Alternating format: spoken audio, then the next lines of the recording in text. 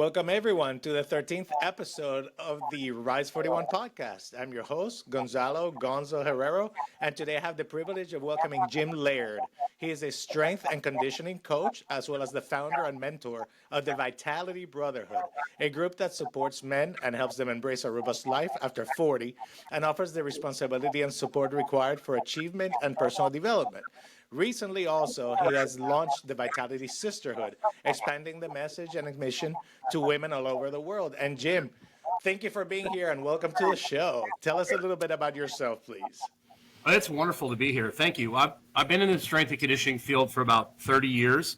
I started out on the performance side with my own, journey with football and wrestling. And then I realized when I was in college that I wanted to be a teacher. And I was actually supposed to be an elementary school teacher, but as I got into the education system, I kind of learned that it wasn't about making kids better. It was basically about just making obedient people, and I wasn't really my thing, So I was like, how can I teach? And I had a passion for training and human performance, and I was like, well, this is great. I could become a strength and conditioning coach. And so I started getting into that, and then I realized very quickly. When I was at the University of Arizona working for a guy named Brad Arnett, I went from Liberty University to the University of Arizona. I thought I was going to be doing all sorts of crazy fancy things with these athletes because I was around people like Amanda Beard, Jenny Finch, people like Gilbert Arenas, Luke Walton, all these high-level performers. And I realized very quickly that these people were not they were highly skilled, but their general physical preparedness was not that great. And it's going to be even worse now because kids don't play outside much. And then I ended up moving to Lexington, Kentucky, and I kind of figured out that, everybody was chasing football players. Everybody was doing that. This was in the late, early 2000s. And even before then, I realized that, women respond really well to lifting weights. And so I started training women. Nobody really wanted to train women. Everybody was chasing football players. And then I sort of developed that, and then I was able to cherry pick my athletes because, when you don't have to train somebody, you can be a little more selective. So that's kind of how my business model worked. And I've owned a gym, I had done group training, I've done semi-private, I've done all sorts of things. But then I had some health challenges throughout the way with me just driving my body like a stolen car, not treating myself well. So I learned I had an autoimmune disease. I was able to overcome that. And then I had some other health challenges later on that we can talk about. And I realized, that exercise is one component to health and performance, but it's a small component. It's not the main thing. And there's this thing called the stress bathtub. And everybody needs I have the 5 fundamental habits that I teach everyone, regardless of where they are. But, a lot of people, some people need less exercise. Some people need more. Some people, they get better some people do a certain type of diet and it helps them out for a few weeks. And then after that, they got to transition into something else. So there's a lot of nuance. There's the fundamentals, but then there's slight differences based on you. So I really don't care about what worked for somebody else. I can learn from that, but is it actually making you better? And a lot of the times the stuff that people are doing, it might work for an Instagram influencer, or it might have worked for somebody else, or it might work for you for a certain period of time. My job is to help teach you what your body needs, as opposed to forcing something on yourself or trying to make your body do something that it doesn't necessarily want to do. Okay, so it sounds like some foundation principles, but with the idea of continuous improvement and constant, pivoting as necessary, right? Well, depending on what your goals are, a lot of people don't really understand their goals. They'll come to me and say, "Hey, I want 6-pack abs," and I'll be like, "Okay, that's great," but are you willing to do the things that it takes? One, are you a person that is leaner to begin with? Because there's certain people that just don't operate well ultra lean. Are you willing to invest the kind of money that most people need to supplement or peptides or whatever else it takes to maintain that? And 2, what about your health? Especially women. If your women are running around ultra lean all the time, it has health consequences, right? There's trade-offs. Hormonal imbalances for sure. Yeah. So a lot of people think they think they have to train like Rocky or, Navy SEAL boot camp in order to be healthy. And that's just the furthest thing from the truth. Like, high performers don't live as long, so there's this fine line. Like I tell people, if their goal is to live a long time, to flirt with performance, don't marry it. So, and there's seasons to this, right? There's seasons where you can try. How much time do you have as well? I mean, if you're working 50, 60 hours a week, you don't have the hours in the gym that a lot of these people have, right? And a lot of people is high, right? Yeah. So a lot of it is like, who are you? What are your goals? Okay, so your goal is just to look good and feel good. You might want to clean things up for a little while for a photo shoot or something. We can do some little things, but what do we need to do to get you better and for you to achieve your goals, in the safest way possible? And if your goal is chase performance, if you get paid to perform, there's consequences to that. High level performance. It's just like you drive a car hard, or you have a performance car. The ports are going to cost more. You're going to have to do more maintenance. So getting people to understand that as well. So it's a matter of like, what are your goals? What are you trying to achieve? And what are you willing to sacrifice for that? And then most people, once they understand that the key to looking good and feel good is just a few simple things done consistently over time, they don't have to destroy themselves. They actually have relief, and they're like, wow, this is actually manageable. I can actually do this. So like you were saying, depending on, so the first thing is explaining when somebody comes to you for your help or for your assistance, is helping them define actually the goals, understanding the impact that reaching those goals or the path to those goals might have, and then making sure that you optimize that set of solutions, if you will. Correct. Okay. And you spoke about something really important. And if you don't mind, I love how you explained. This is something that I think most general population don't understand. When they see athletes, boxers, MMA people, runners, extreme marathoners, performance-oriented folks, they don't understand that it's almost like project management, right? You can have endurance, you can have longevity, but when you're burning the candle hard on the performance side, you're taking away from that longevity to some degree. So you have to find that point that works for you. Is that right? That's correct. I mean, there's a trade-off. I mean, you don't see, like, I've spent a lot of time with supercentenarians. I used to be fascinated. I still am fascinated with, like, World War I history, World War II history. So when I was growing up in Canada, I spent a lot of time in retirement homes. And all the people that I saw over 100 years old, they were not physically impressive, right? All these people that live in blue zones have a lot of things in common. They live an outdoor lifestyle. They eat a seasonally local diet. And they manage their stress incredibly well. So you don't see generally high performers living to be over 100 years old. And, for me, I've taken a lot of years off my life. I competed in powerlifting. Now I'm trying to I've probably taken some years off my life. My goal now is not to get any bigger or stronger. It's to move better, manage my stress. And hopefully the good Lord will let me hang around. My genetics are pretty good. Right. My grandparents all lived into their 90s. So hopefully I have, a nice, gentle exit, but that's not up to me. There's choices I can make to increase the probability of that.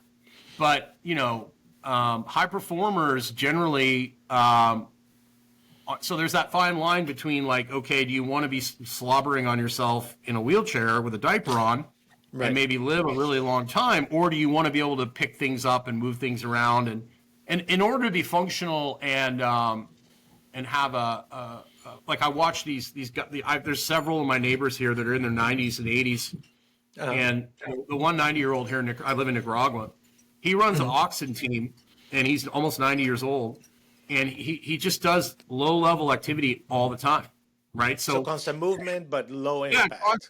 Yeah, and he's not running VO2 maxes, he's not doing any of that stuff, right? And there's guys here in their 80s, they're driving around on dirt bikes with their granddaughter on the back, and it's like they've just they've been doing all their yard maintenance with a machete, and they're just doing low-level manual labor constantly. And we've taken that out of our culture and our society. Like, you don't even have to go anywhere in the United States now. The food is shipped right to your house. And so we've taken this activity out of our lives, and we're trying to make up for it with intensity. And the problem is if you don't have that low-level base level of fitness, you're not going to handle the intensity well. right? So a lot of people don't think about that. And the amount of time it takes for gymnasts and high-level runners, the amount of time they spend at low to moderate level activity, most people just don't have the time for that. Right. So it's like, So yeah, so you have a X amount of hours in the day, right? So correct. it becomes an equation. It becomes an equation of like how much do you want to spend for the longevity, mobility, general health optimization versus your performance potential and what is more valuable to you. You know, we Right. keep hearing stories, right, of running backs, for example. You don't see running backs that get to be 100 years old. You know, you don't No. see boxers that make it usually Right. truly competitive boxers, you know, like high Right. level.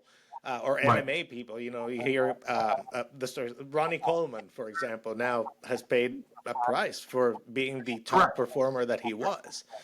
Well, and the So, thing about guys like that, at least they got paid. Like you look at John Elway, he can barely walk, but he made a lot of yeah, money, right? So, right.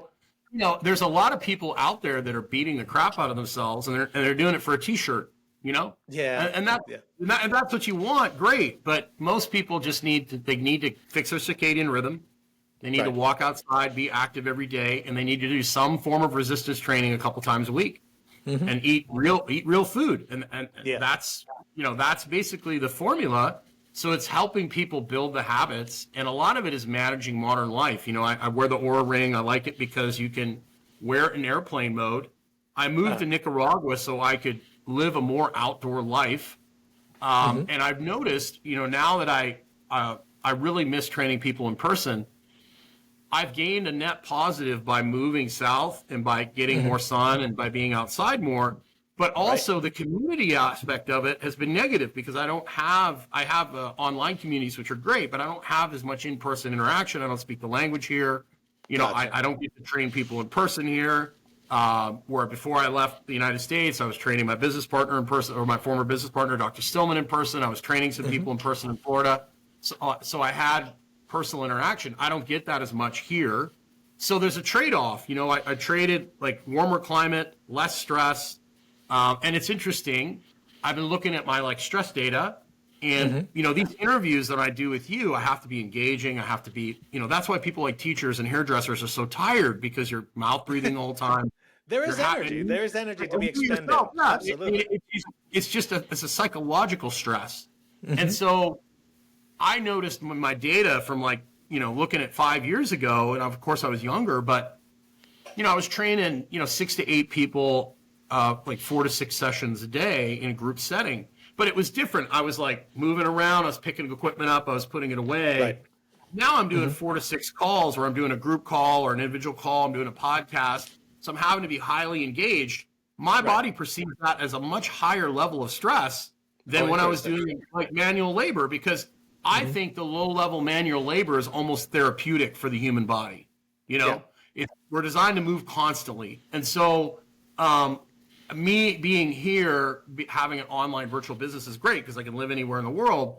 Right. But I have to be really careful. Like after this call, I'm going to go for a quick little walk. I'm going to, you know, sit in a deep squat. I'm going to do some breathing and get moving around. I need to do like non-sleep deep rest throughout the day.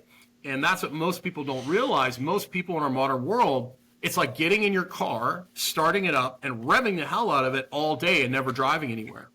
You know, traffic. Like getting in it. Think about it. You get in a car and you drive down the road at 90 miles an hour, 80 miles an hour, compared to like most of the people here that are walking through the woods or forest to go buy their food or to trade. You know, it's just a totally, you know, when you're in traffic in New York or in California, you're on the train, there's so many things going on. It's just chronic low-level stress that people just write off, and it really fills your stress bathtub up. So you've got to do some things in our modern world to shut that response off. And I think that's probably one of the most important things you can teach people is how to relax, how to be still, how to be silent. That has been taken from us. And I think that's so important for just the overall health and well-being of the person. Not to mention just broken circadian rhythm. If you type in circadian rhythm and cancer, heart disease, whatever, I mean, it's correlated with everything. So if your circadian rhythm is broken, you're going to have a harder time, like, you know, you're going to want to medicate yourself with food, with alcohol. You're going to be more prone to like overeating and things like that. So that's really what I go after first is like, okay, sleep, are you getting outside? Are you eating a protein at every meal? How's your social connection? These 5 fundamental habits, which is walk outside 3 times a day after meals, preferably. At the very least, get outside so you get some light in your eyes throughout the day, because most Americans spend 90% of their days indoors. They're like a human zoo animal. Eat a protein at every meal. Drink high-quality water, preferably spring water. Get the lights off at night, which enhances sleep. And then have social community connection, because, there's nothing, they put prisoners in solitary confinement to punish them. These are people that are, in for life, and nothing really affects them except putting them in solitary confinement. There's a few people that do well like that, but not very many. And it wrecks them. People are desperately afraid of being put in the hole, so to speak. So it's really it's a really well-rounded thing. Like, there's so many factors involved here, and a lot of people just miss the low-hanging fruit, and they jump right to TRT. They jump right to peptides.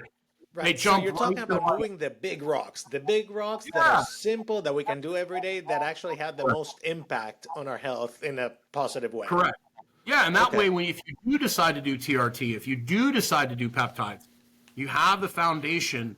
You don't want to build your foundation on tools, and that's what TRT is. That's what that's what peptides are. They're a tool, right? You don't want your foundation built on tools, because if you don't have the base foundation, those tools are not going to be as effective. And eventually what happens is the body's so incredibly smart. There's a reason why you're tired. The body's trying to teach you something, like you're either, the body's trying to teach you a lesson. If you override that with certain things and certain substances that allow you to just keep pushing, you're going to end up crashing your car at 90 miles an hour instead of 40 or 30, right? Yeah, absolutely. Speaking of that space, let's talk a little bit about the biohacking space and human optimization. Recently, I'd like to get your thoughts on a couple of things. So recently, I believe Brian Johnson is the billionaire who's gotten a lot of attention, both online and in media, with his experimentation and extremely expensive approach to human optimization. He's got kind of like this kitchen sink, let's throw everything at it. Now, I know you and I both listen to some of the leading biohackers in the world, like William Seeds, Jay Campbell, Hunter, Natalie Needham, those folks who are on the edge, right, of the of biohacking. So what do you think for the average person that sees a Brian Johnson, because that's what's portrayed in the media, because, what's extreme always grabs attention. Right. What are your thoughts to the average person who may be considering biooptimization? And I think it relates to what you were talking about just now, but... Well, I got news for you. A lot of the people that I've worked with in the last, how many years are on every supplement. They're on TRT. They're on everything, and they're still not doing well, right? They might have done well for a little while, and then all of a sudden, a lot of those things end up becoming a negative, right? So that's where the data comes in. And if you're not getting outside, if your circadian rhythm isn't in order, you can pile all sorts of crap on top of it, and it's not gonna. I see. I'm in Jay Campbell's group a lot. Jay promoted me, my Vitality Brotherhood, to his list, and I talked to these guys, and Jay says it himself. Like, if you're not living an insulin, controlled lifestyle, if you don't have a good relationship with yourself, if you're not making time for silence, like, this stuff ain't gonna work, right? He says it constantly. Yeah. But most people aren't. Say that you have to have that hormonal balance, that insulin controlled lifestyle. Yeah. I will hold your feet to the fire, and people don't like that. Like, how's your sleep? Are you making time for you? Well, I don't have time for that. I've got work to do, or. It can't be my stress. It can't be that my respiratory rate's 16 or 17. My HRV is 10. I'm just going to take something to bypass that. And I'm not against any of these tools. One, most of the people can't afford $2,000 to $4,000, $5,000, $6,000. I've seen people spend $6,000 a month. Wow. And there's no guarantee that that's going to work. Like, you could get hit by a school bus tomorrow. Like, and all the super centenarians that I've seen, half of them smoke, half of them drink. I mean, you know, so it's like, you know, you could do all these things, and I'm on TRT because I took testosterone for a long time for performance. Sure. And I've had tons of head injuries. So I'm not against it. It's just like you have to make some effort on the fundamentals. If you rely too much on fancy tricks, and a lot of this stuff we don't really know. Like, we don't know. Right. We're just kind of guessing. Like, is it really going to help you over the long term? And maybe it helps you for like a few months, and then all of a sudden you get this, like, you take a certain supplement, it has a therapeutic runway, and say it works for 12 or 16 weeks, and then it might have the opposite effect. It might become a stressor. So I'm a big fan of keeping it really simple. If you're going to add something new, add it in for 8 to 12 weeks, pull it out, try something else. Like, a lot of these people, they're on so many different things, they don't even know what's working and what's not. It's like, oh, my energy improved when I started this. Well, you're on 7 other different things as well. Like, so. Right. Which one of those was it, or what combination? Right. Yeah. So simplicity, I think, is the key. And the more you can get, I'm not saying you have to be an Amish person, right? Right. But it's the yin and the yang. So the harder you push, the harder you need to relax. And I think most people, if they took relaxation seriously and truly put their phone down, they slowed down and they chewed their food, they became more present, more mindful, they would get just as much out of it as some of the fancy stuff that's being pushed. It's just human nature to want the, you know, and I'm not saying that, you know, I use all sorts of different tools and tricks. It's just not my foundation. When things are going wrong, it's usually because I've neglected my foundations. You know, it's like I have something happen, you know, get more stressed. All of a sudden I'm scrolling, instead of getting to bed early and maybe doing some reading, some mindfulness, I'm scrolling through YouTube history videos at night to medicate myself feel better. And then all of a sudden my sleep starts to go down, and then, I'm not feeling as well. Well, I'm going to start drinking more caffeine, and then my sleep gets even worse. And then all of a sudden it's like, you know, I'm going to start eating ice cream now because that makes me feel better, you know? So it's like this constant, you know, like, and there's tools you can take to help you along the way, but you've got to make an effort to relax. I had a sign on my gym door in Lexington that said the real work begins here. The real work begins now. Yeah. And modern humans are just so addicted to being on and in the zone that they just have a really hard time. I compare it to driving on the Autobahn at, you know, over 100 miles an hour for hours, and then you have to drive through a school zone, right? Right. And so that's just the way nature's set up. Like, there's got to be light, there's got to be dark. You know, there's times to push. I love the song by the Byrds, which is a Bible verse. For every season, turn, there's a season, turn. A time for hate, a time for war, you know, all these things. So it's a matter of, like, what season are you in? You need to push. Okay, you need to push for a few weeks. No problem. If you need to throw some things in to help you do that. But let's work in like 3 or 4 weeks where you're not expecting yourself to do as much. And this becomes even more important as you get older, right? So, particularly with people. You're reminding me of a quote from one of my favorite online influencers, Sal DiStefano from MindPump. And he encapsulates a little bit of this thought when he says, when you're chasing aesthetics, you're going to sacrifice health easily because your eyes on the aesthetics, on that result that you were talking about, that high performance or whatever it is. Whereas if you chase health, the aesthetics and the performance will come naturally because you'll be in a better place. You'll be healthy. So you're And also educating people, like, just because Instagram says that, like, being 6% body fat is healthy, most men can't hang out there. Most men, they get below 10, their hormone profile suffers. Why do you think most of the people that are running super lean are on TRT, they're on thyroid, they're on all these things? Right. My former roommate, easy or bioavailable. My former roommate, Alan Kress, who's an IBBF pro, and he has I can't remember the name of his company, but he works with, like, Shaquille O'Neal. He travels, you know, all over the world training people, and he talks about, like, you know, if you're going to diet for 12 weeks, you need to at least be at maintenance or slightly higher for 12 weeks after that. You know, even Dr. Mike Israel talks about it. Like, if you're going to push yourself, you're going to cut calories, you start losing sleep, you start being irritable, you need to add a little bit more in. Right. Everybody wants these really fast gains, and the fast gains come at a price. The faster the gains, the less likelihood of you keeping them, right? It's kind of like that massive pump in crypto.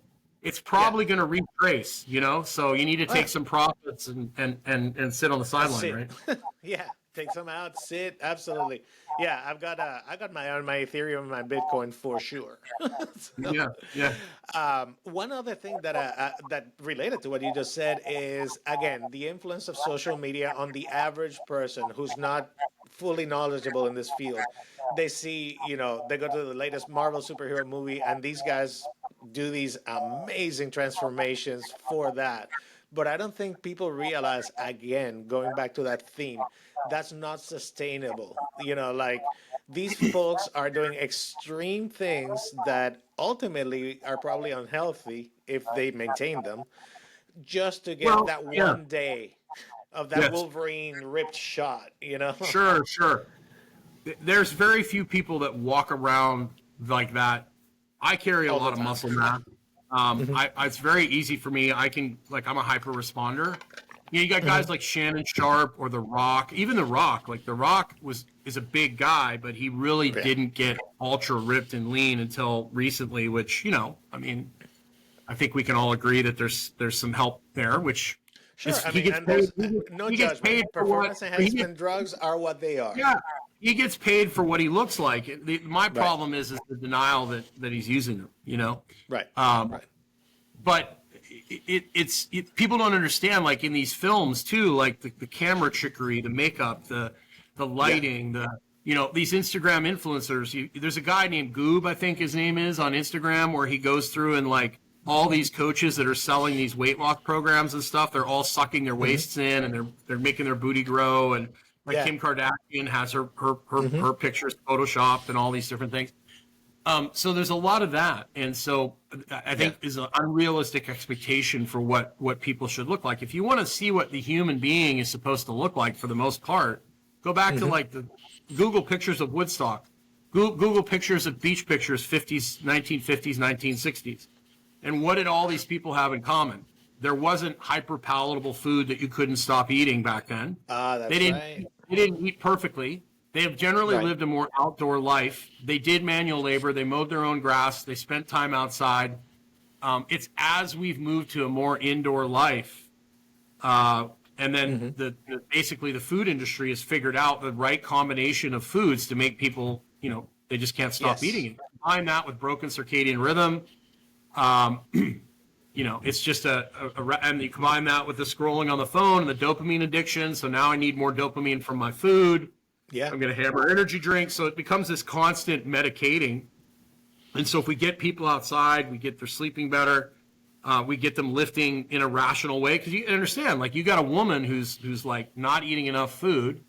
And then she goes and has her Starbucks coffee. And then she goes to a spinning class and gets yelled at for an hour and a half.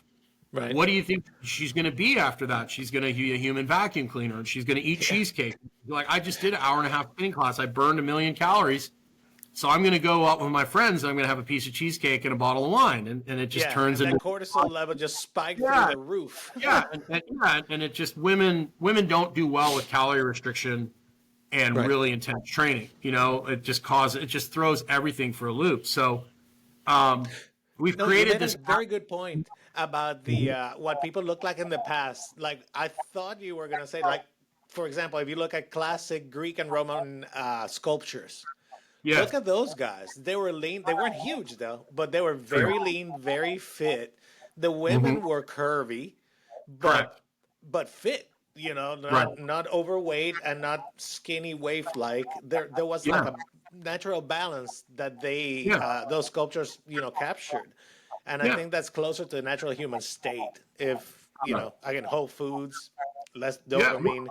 Well, and then you look at like the Eskimos. They live in the Arctic, obviously, and they eat, you know, carnivore essentially.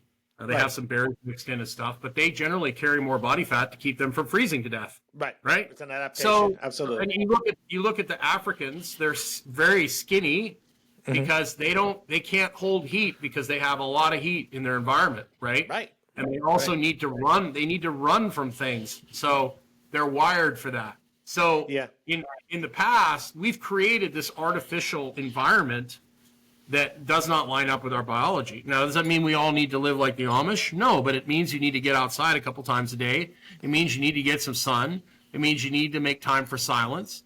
It means you need to eat, foods that are non-processed and not hyperpalatable. And it just means you need to make time. And you look at, like, in the 70s, there was three TV channels, and there was a point at like 10 o'clock at night. You could probably remember this. There'd be the bars on the TV, right? Yeah. It's like the broadcast is over. Yeah, now you're, most of the kids that I deal with are like, I'm on TikTok at 2 o'clock, 3 o'clock in the morning, Right. And it's like, you're exhausted. So, and then when you're exhausted, you crave more sugar, you crave more caffeine, and it's just this constant, you get sucked into this pit that you can't get out of. So, gotcha.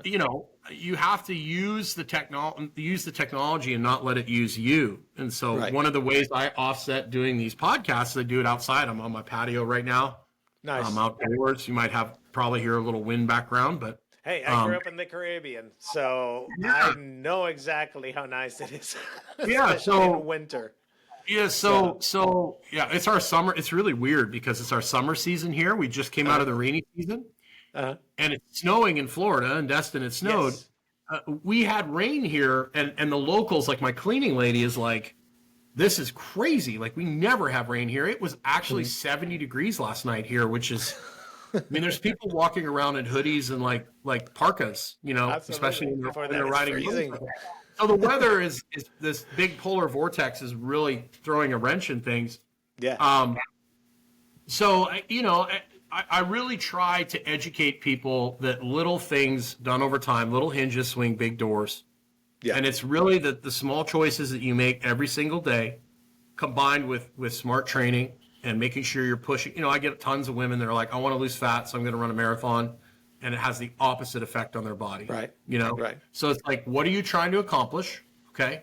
And you don't have to train like a bodybuilder to add muscle. A lot of people will come to me and they'll be like doing super duper deep hack squats like Tom Platz, and it's like, you don't have to do that, Right. Like if you go slightly below parallel, that's plenty. That's going to grow muscle. You don't have to you don't have the time to spend the time to get your body in a position where it can handle, putting your butt on the floor on a hack squat. It's like, you don't have that time. So a lot of people overcomplicate things. Right. And they I try to simplify things for people, and I try to give them a platform where really accountability is the name of the game. And most people, to steal a phrase from Stan Efferding, compliance is the science. Yeah. And most people have a really hard time with being compliant. Well, it's that whole thought of like Herculean effort, right?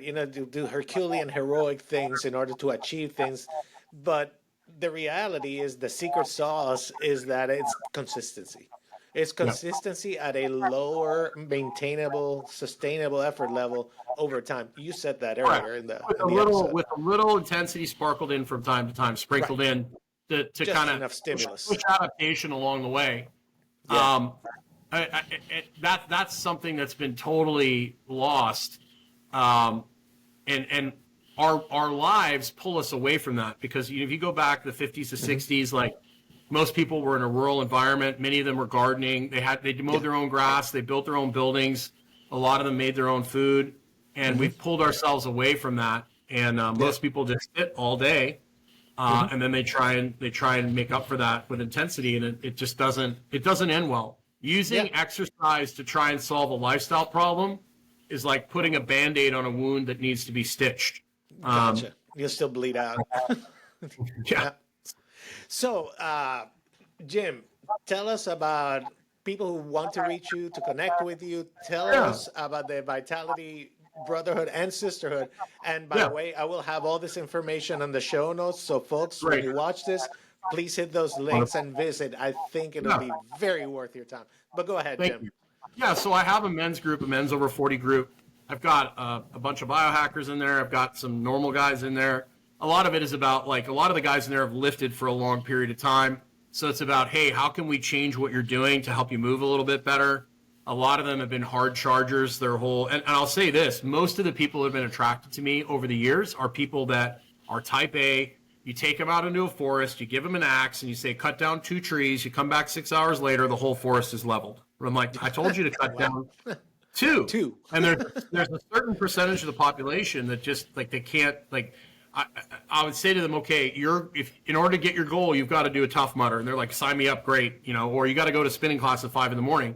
And they're like, great, let's do it. And then I would say to them, hey, in order to get your goal, you need to go to the park and you need to sit on the park bench and you need to close your eyes and listen to the birds for 15 minutes a day. And they think that I'm asking them to, like, they're asking me to, like, kill a bunch of puppies or something. They're like, oh my gosh, I used to be the same way. When I got ulcerative colitis, stress was a huge part of that. And it was just like, And people that are overachievers are actually a lot more difficult to train than somebody who's actually, I found people that are, like, lazy are much easier, because you're like, hey, just do this. Just go sit out. Exactly. Yeah, go sit outside 5 minutes 3 times a day. And they'll go sit outside and they're like, I feel better. Like, I notice I feel better. That's cool. I didn't really have to do that much. What's now? Now it's like, go outside and walk for 5 minutes 3 times a day. And I don't have to worry about them going for a 45-minute walk. I got people that are burned out and broken, and I say, hey, go for a 10-minute walk 3 times a day. We're just going to, like, dial you back. I want you to focus on stress management. And they'll contact me like, my back started hurting because I went for an hour-and-a-half walk. And it's like, I just told you to go for a 10-minute walk. There's a reason I told you to go for a 10-minute walk. And so they have a hard time, like, understanding that maybe I need to dial it back to figure out where I'm at. Because they're exhausted, they've got pain, they've got issues, they got autoimmune issues, and it's like, okay, let's dial it back. Let's, like, get a baseline. Let's get you healthy, and then let's figure out what the right amount of exercise is for you. And a lot of people that are type A have a hard time with that. So that's what a lot about the Vitality Brotherhood and Sisterhood are about. They're both, the best way to get to it is go to Vitality Brotherhood. The group is totally free. And there's a link at the top of the page for Vitality Sisterhood, totally free. Come to the Q&As, read the material, ask questions, and I'm basically here to help guide you to figure out what's best for you based on 30 years of experience. My goal is to teach you not to need me. That's my goal, right? Love that. And of course, I have group coaching beyond that, where you can interact with me, on WhatsApp and things like that. But the main groups are totally free. Just go in, start commenting, start looking at things. So, you can go to Vitality Brotherhood, the Sisterhood button's at the top. Women, it's mainly my focus is, like, teaching women to embrace getting stronger. And some women like lifting weights, other women it's body weight, but focusing more on resilience and getting stronger as opposed to just endless conditioning, which is what most women are attracted to. Right. And then getting women to actually feed and fuel their bodies as opposed to, like, I've got to be as skinny as I can. I need to eat less calories. That wheel of destruction, which is high intensity cardio with, like, ultra low carb, ultra low calorie diets. It just turns into, like, the triad of destruction. And so getting women to embrace, like, I'm going to be more resilient. I'm going to, a lot of women have a hard time taking care of themselves because they're taking care of everyone else. The kids and this, and they got to have, modern female has to have a career. She has to look good. She's got to be parent. Women have stacked so many things on their plate that, it's, back in the 50s and 60s, if you were a good mom, that was enough. But now you not only got to be a good mom, you got to look good. You got to have a career. You got to have all these things. So women have put a lot of pressure on themselves. All righty. Let me ask you. So do you have any closing thoughts, maybe words of wisdom, a quote, something to share and inspire other people before we close this out? I honestly think the most important thing is be still and know. Take time for silence. And it's going to drive you insane at first. Put your phone down. As simple as you're driving in your car, put the tongue in the roof of your mouth, breathe through your nose. Be more of an observer. Just go out in your backyard even and just sit. Close your eyes and just listen to the birds. Get in touch with nature, with quiet, with calm. Think about the last time you actually sat and took a couple breaths and just actually toned everything down and relaxed. Simple things like sitting down, being present, and chewing your food until it's liquid, and not just like, eating while you're driving in the car, or schedule the time for silence. And we live in we've pretty much eliminated darkness from the modern life. Yeah. So, the harder you push, I to steal a phrase from Paul Chek, you got to work in before you can work out. And so much emphasis has been put on effort. And a lot of people will argue, well, people are not doing as much activity as they did before. But I would argue the level of psychological stress is 1,000 times higher than it has been in the past. And you can read the book, Why Zebras Don't Get Ulcers by Robert Sapolsky. You can see that happens to people that are under chronic stress for long periods of time. And Gotcha. if you make time for silence, I'm not saying don't work hard. I'm just saying the harder you work, the harder you got to rest. The yin and the yang, the light and the dark. Make time for silence. And a lot of people are afraid to be silent. I was, because a lot of the things that bubble up, I didn't want to deal with. So I just kept exercising. I kept going. A lot of times you see these ugly things that come up and it's like, wow, I really need to deal with that, or I need to forgive somebody, or, I need to put some things behind me so I'm not constantly rolling. And so when you get to the point where you can actually sit quietly and calmly, good things start to happen. And you might have to do some uncomfortable things to get to that point, but it's well worth it. I think for your overall long-term health, it's probably the most overlooked thing there is. So learn to become comfortable in your own stillness, is what I'm hearing. Okay. Correct. All right. Well, Jim, it has been an amazing conversation. I hope our viewers get a lot out of it. They should. There's a lot to unpack here. Again, if you're watching, the information is right here in the show notes. Please reach out to the Vitality Brotherhood and Sisterhood. It's free, just like Jim said, and it might just change your life completely. So, absolutely. Thank you so much. Jim, again, thank you so much. And for our viewers, thank you for joining us. Please like and subscribe, and we'll be back soon with another episode to inspire you, educate you how to overcome adversity and optimize yourself. And with that, thank you. Remember, assess, adapt, overcome, and Rise 41 is signing off. Thank you, everybody. Thank you.